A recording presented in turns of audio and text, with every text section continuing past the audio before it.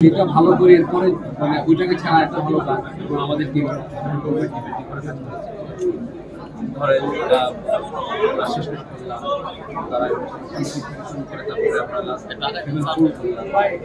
তো আলহামদুলিল্লাহ এখন আমরা তো একটার পর একটা প্রাপ্তি আসলে কি এগুলো সবই প্রাপ্তি মানুষের ভালোবাসা সবচেয়ে বড় প্রাপ্তি কাজের বাইরে কথা বলা দরকার নেই, আমার ধারণা কাজ নিয়েই কথা বলা। আচ্ছা আমার মনে হয় কি মানে পরিবার থাকাটা কারো বড় প্রাপ্তি এটা তো আসলে শান্তির একটা ব্যাপার।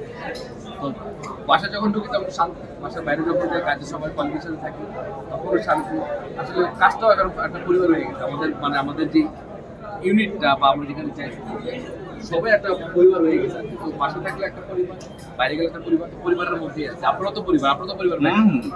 এটা টাইম টু টাইম পাওয়া যাবে। এটা নতুন বছর এবং সামনে ঈদ, কাজের ব্যস্ততার বিষয় বলবেন ধারাবাহিক নাটক। নতুন বছরের নতুন প্রথম কাজ রায়াত রাফি ভাইয়ের ব্ল্যাক মানি, তারপর ভ্যালেন্টাইনে আসবে অমি ভাইয়ের হাউস সুইট, তারপর ঈদেরটা এটাও জেনে যাবেন আসলে কি কি হবে। এছাড়া তো অনেক কাজই হবে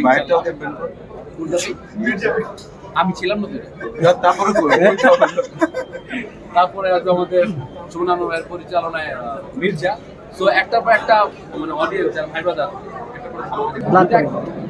আমি আজকে ধরেন যাই হয়েছে অভিনেতা পাবেন না যদি মেয়ে থাকছে মেয়ে যদি সবার আগে মেয়ে রাখে তারপর আমি একজন অভিনেতা।